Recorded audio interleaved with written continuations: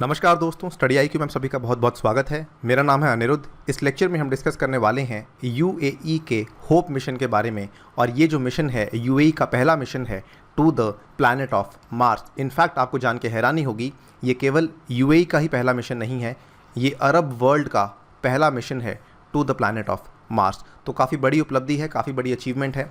अगर ये सक्सेसफुल हो जाता है तो काफ़ी कुछ हमें जानने को मिलेगा। सो आइए स्टार्ट करते हैं, but before that do not forget to subscribe to our channel Study IQ Education और बेल आइकन को भी ज़रूर दबाएं so that do not miss any important update from the channel of Study IQ. इस lecture की PDF को download कर सकते हैं मेरे टेलीग्राम चैनल से। इसके अलावा सोशल मीडिया पे भी आप मुझे फॉलो कर सकते हैं, इंस्टाग्राम और ट्विटर पे। राइट, सो सबसे पहले जान लेते हैं कि ये चीज़ न्यूज़ में क्यों है। बेसिकली क्या हुआ था कि यूएई का जो होप स्पेस एयरक्राफ्ट है, ये वैसे तो जुलाई 14 को लॉन्च होने वाला था, लेकिन ख़राब वेदर की वजह से इसका जो लॉन्च है वो डिले होकर अब जुलाई 16 को होने वाला है, जिसकी वजह से ये चीज़ न्यूज़ में आई। The launch of the UAE's first mission to Mars has been delayed by 2 days due to bad weather conditions. Right, और यहाँ पर आपको जान के ये भी हैरानी होगी कि बेसिकली जो कोई भी मिशन होता है जो कि अर्थ से लेकर मार्स तक जाने के लिए होता है, तो उसका एक बहुत ही स्पेसिफिक टाइम पीरियड होता है जब आप उसको लॉन्च कर सकते हैं। और वो टाइम पीरियड स्पेसिफिक इसलिए होता है बिकॉज यहाँ पर Earth and Mars orbit the Sun at different rates and they are aligned at their closest points only once every 2 years। तो जब ये closest point पर होता है तभी जाकर हम कोई ऐसा बड़ा कदम धरती से कोई भी ऐसा बड़ा मिशन लॉन्च कर सकते हैं। अगर ये अपने क्लोजेस्ट पॉइंट पे नहीं है सो ऑब्वियसली ज़्यादा फ्यूल लगेगा और अलाइनमेंट में ज़्यादा टेक्नोलॉजी लगेगी, जो कि काफ़ी कठिन हो सकता है। सो इस चीज़ का इंतज़ार होता है और इसीलिए अगर 1 या 2 दिन का भी डिले होता है तो ये काफ़ी प्रॉब्लमेटिक हो सकता है किसी भी मिशन के लिए, कोई भी कंट्री अगर उसको लॉन्च कर रही होगी। खैर, कमिंग टू दिस मिशन, तो ये जो मिशन है वैसे तो ये मिशन एमिरेट्स मार्स मिशन जिसका नाम होप है, इसकी अनाउंसमेंट 2015 में हुई थी। और यहाँ पर ये पहला ऐसा मिशन था which aimed at creating mankind's first integrated model of the red planet's atmosphere. ये क्या चीज़ है और किस लिए ये अहम है, इसके बारे में हम यहाँ पे बात करेंगे। आइए स्टार्ट करते हैं कुछ बेसिक जानकारी के साथ। जो इक्विपमेंट्स हैं जो कि होप मिशन के साथ जुड़ी हुई हैं, इसका जो वेट है वो लगभग 1500 किलोग्राम का है and it will carry various scientific equipments which will include the exploration imager, Mars ultra violet spectrometer, Mars infrared spectrometer and FTIR scanning spectrometer. ये 3-4 इक्विपमेंट्स हैं जो कि इसके ऊपर लगी हुई हैं। ये केवल बेसिक इन्फॉर्मेशन के लिए है, इसकी आपको डेप्थ में जाने की आवश्यकता नहीं है। फर्दर बात करते हैं ऑब्जेक्टिव के बारे में। ये समझना काफ़ी इंपॉर्टेंट है, ये आपके एग्जामिनेशन पॉइंट ऑफ व्यू से भी काफ़ी रेलिवेंट है। The spacecraft will basically orbit Mars to study the Martian atmosphere and its interaction with outer space and solar winds. यहाँ पर इस चीज़ को मैं आपको समझाना चाहता हूँ। देखिए बेसिकली क्या होता है, हम सबसे पहले बात करते हैं सोलर विंड्स के बारे में। Solar winds is a stream of charged particles release from the upper atmosphere of the sun called the corona. तो सोलर विंड्स जो हैं ये सन से रिलीज होती हैं और ये कई सारे प्लैनेट्स की तरफ जाती हैं, including the earth as well. In fact solar winds earth में जब एंटर कर जाती हैं तो इनके काफ़ी नेगेटिव इम्पैक्ट हो सकते हैं। इस सोलर विंड्स में मोस्टली इलेक्ट्रॉन्स, प्रोटॉन्स और अल्फा पार्टिकल्स होते हैं। अगर मान लीजिए ये अर्थ के अंदर एंट्री ले लेती हैं, ये अर्थ के अंदर एंट्री लेने में 3 से 4 दिन ले सकती हैं। Once they take entry they collide with the magnetic field of the earth and it can cause it to change its shape. अब अंदाज़ा लगाइए, अगर मैग्नेटिक फील्ड की शेप चेंज होती है, जो इलेक्ट्रोमैग्नेटिक फील्ड की अगर शेप चेंज हो जाती है, the particles then leak through the magnetic field of the earth particularly near the north and south poles. Once this happens, ये बेसिकली धरती के ऊपर कई सारे इलेक्ट्रिकल इक्विपमेंट के साथ प्रॉब्लम्स कर सकती है। So this can be a huge problem. ना केवल इलेक्ट्रॉनिक इक्विपमेंट, इनफैक्ट जो सोलर विंड्स होती हैं ये आपके यूनिवर्स में फैली होती हैं, तो इसका डायरेक्ट इम्पैक्ट ह्यूमंस के ऊपर भी पड़ सकता है क्योंकि इनके अंदर रेडिएशंस भी होती हैं। सो हेंस ये काफ़ी ज़्यादा हार्मफुल हैं। यही चीज़ को स्टडी करने के लिए हमारा जो मार्स मिशन, जो होप मिशन बाय यूएई, जो मार्स मिशन है, इस चीज़ को स्टडी करेगा कि किस तरीके से सोलर विंड्स का इंटरेक्शन मार्स के एटमॉस्फेयर के साथ होता है। Hope will basically collect the data on the Martian climate dynamics, which should help the scientists understand why the Mars atmosphere is decaying into space। ये वाले पॉइंट को समझने के लिए हमें समझना होगा नासा के मैवन मिशन को।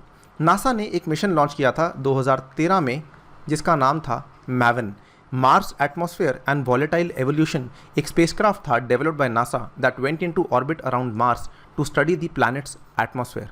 इस मिशन के जो गोल्स थे बेसिकली ये भी वही डिटरमाइन करना चाहते थे कि किस तरीके से जो एटमॉस्फेयर और पानी है वहाँ का वो धीरे धीरे ख़त्म हो रहा है।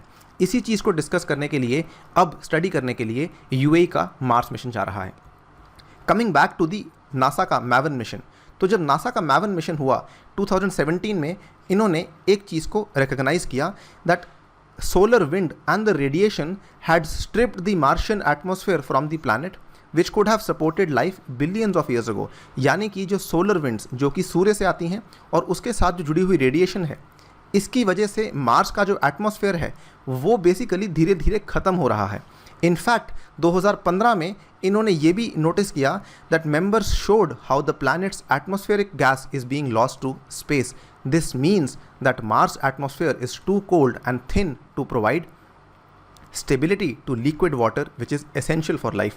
तो नासा के मैवन मिशन ने इस चीज़ को ऑलरेडी आइडेंटिफाई कर लिया था कि सोलर विंड्स की वजह से और रेडिएशन की वजह से सबसे पहले तो जो एटमॉस्फेयर है वो ख़त्म हो रहा है, और दूसरी चीज़ एटमॉस्फेयर क्योंकि बहुत ठंडा हो रहा है, साथ साथ में क्योंकि ठंडा होने की वजह से वो पानी को भी वहाँ पे सस्टेन नहीं कर पा रहा है, जिसकी वजह से मार्स का जो पूरा इकोसिस्टम है that is not very very suitable for the sustenance of life. ये दोनों चीज़ें ऑलरेडी नासा के मैवन मिशन ने रिकॉग्नाइज कर ली थी। But evidence in the form of features resembling dry riverbeds and minerals that can only be formed in the presence of liquid water indicates that the ancient Martian atmosphere was much warmer, allowing water to flow on its surface.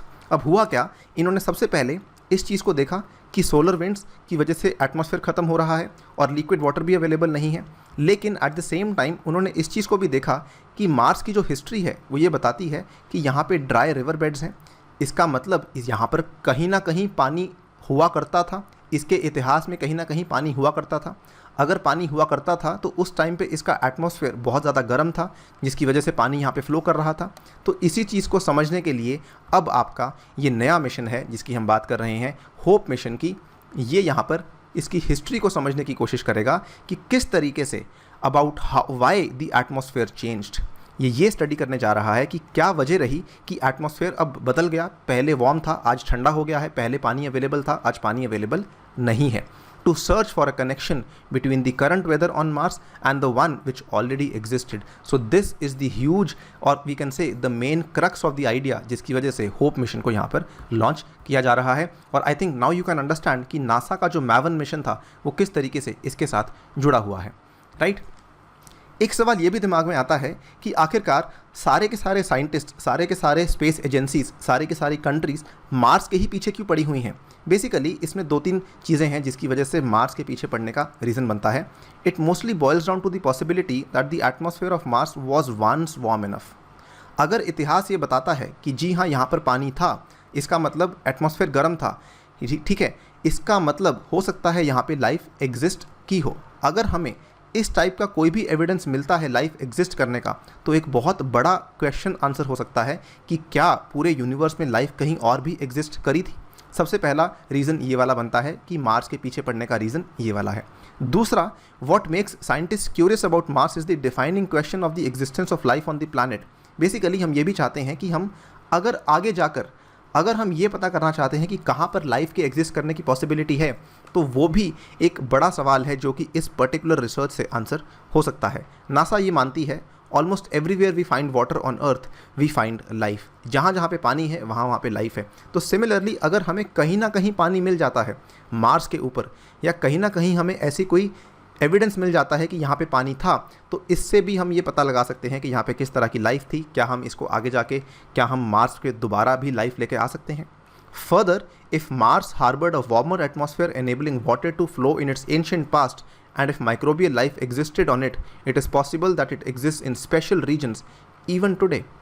But regardless of life having existed on Mars or not, there is the idea that humans themselves might be able to inhabit the planet one day. सबसे बड़ा reason तो यही है कि हम ये सोच रहे हैं कि अगर वहाँ पे कहीं ना कहीं पहले पानी था, तो क्या इसके बाद भी कभी पानी हो सकता है। और अगर ऐसा हो सकता है तो कल को अगर ह्यूमंस वहाँ पे जाके उसको इनहैबिट करने की कोशिश करें तो क्या वो पॉसिबिलिटी है। ये मेन रीज़न है, एक तो इसके इतिहास को समझना और एक इसके फ्यूचर को इस तरीके से मोल्ड करना कि ह्यूमंस वहाँ पे जाके रह सकें। ये हमारा मेन रीज़न है जिसकी वजह से मार्स के पीछे सभी साइंटिस्ट, सभी साइंटिफिक कम्युनिटीज़, सभी कंट्रीज़, सभी स्पेस एजेंसीज़ एक तरीके से पड़ी हुई हैं। फाइनली अगर हम ये बात करें कि क्या अभी तक किसी भी ह्यूमन ने मार्स के ऊपर कदम रखा है, तो जी नहीं, मार्स के ऊपर कदम नहीं रखा गया है। ऑब्वियसली रीज़न वही है, एटमॉस्फेयर बहुत ज़्यादा थिन है। एटमॉस्फेयर थिन होने की वजह से मोस्टली कार्बन डाइऑक्साइड है और ब्रीदेबल ऑक्सीजन अवेलेबल नहीं है। फर्दर जो वहाँ का लैंडस्केप है वो काफ़ी ज़्यादा फ्रीजिंग है, with no protection from the sun's radiation और the passing dust storms. Sun की रेडिएशन की वजह से क्या हुआ है, एटमॉस्फेयर सारा खत्म हो चुका है और डस्ट स्टॉर्म्स की वजह से काफ़ी ज़्यादा सर्दी हो गई है। देयरफॉर जब तक हम और रिसर्च या और टेक्नोलॉजी डेवलप नहीं हो पाती, तब तक हम ह्यूमंस को मार्स पे सेंड करने की सोच भी नहीं सकते। नासा का प्लान है कि हम 2030 तक इस चीज़ को अचीव कर लेंगे। अगेन देखना बाकी है किस तरीके से नासा इसमें प्रोसीड करती है। इसी के साथ इस वीडियो को समाप्त करता हूँ। Thank you for listening, stay tuned.